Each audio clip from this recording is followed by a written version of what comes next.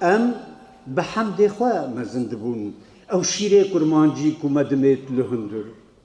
او عشقا صور تاری شبا تیر جرنگ بختواری بو برفو دا تشتك هي خوال من دقرو برناده جار ازم جار یکی دن تدبیجی قی پایزه که هاره هر وقت لبر دلنگی من برنامه ادبی جبو گشدان پیشوبرن ناسکرن و پاراستنا ادبا کردی گلکی گرینگ و مهمه از گلکی بختوار و سربلندم جبو یکم دیدارا هفچرخی ادبا کردی لحولیر بمناسبت آوه برنامه مگلک ادیب و شاعر و نوسرین خواه ین جهر چار پارچه ولید و هر وایج اروپا هاتی ما هف ناسکر تکیلیه که گلکی خوش و گرم دنا برآمده چه بود ما تجربه خوین در حق زمان رومانوس شعر و همو جورین دن این ادبیات دب هفره پار وکر از هیویدارم برنامه بوی آوایی گلکی بین لدار خستن بوکو هم ستاندارد کرنا زمان و هم جبو برف هف آنینا ادبا کردی چالاکی و برنامه باش پیک بید براستی کارکی گلکی هجیه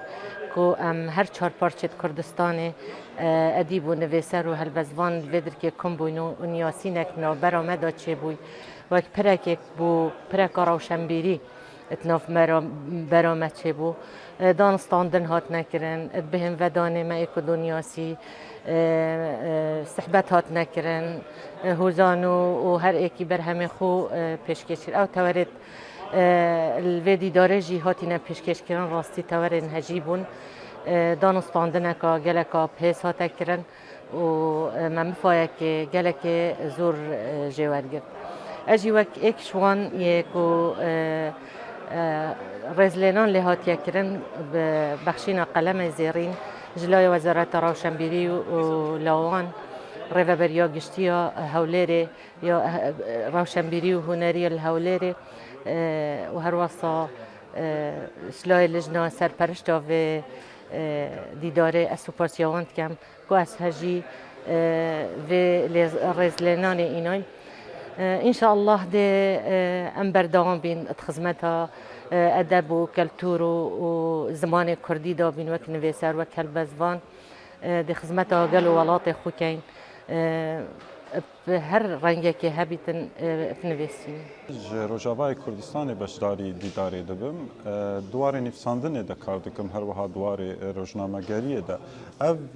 دیدار گلکی گرینگی دیدار جویه که تیگو نویسکارین هر چهار پارچه کردستان ده بشدارن براستی دیداره که گمرو دوی ده هف ناس بکه پرسا نفساندنا کردی بکه گهشتیا کودره پرسا زمان کردی بکه بهتری ویجی مجارین گود هندوری دیدار ده گنگشه ده بین گلکی گرنگین جمره یک جوان مجارا زمانه که کردی ستاندارد گو ام پی باخذن یان بکی ماسی ام پی جهه فام بکن او جه یک جه پانیلا گوی سبا ببا جه گنگشه هر وها مجارین ورگری مجارین گریدای رومانا کردی جیروکا کردی هلبستا کردی اف دیدار چه قاسی بردوام بکن حق قاسی آمریکایی بن که لیکه که کردی با آفرین دویجه دا گونیکا کردا با ده همان دم دا خوشکونا کردان دیار بکن من وقت میوانک بجداری دوی کنفرانس زمان و ادبیات کردی هفچرخ دکر تشتی هری خوش اف بوکو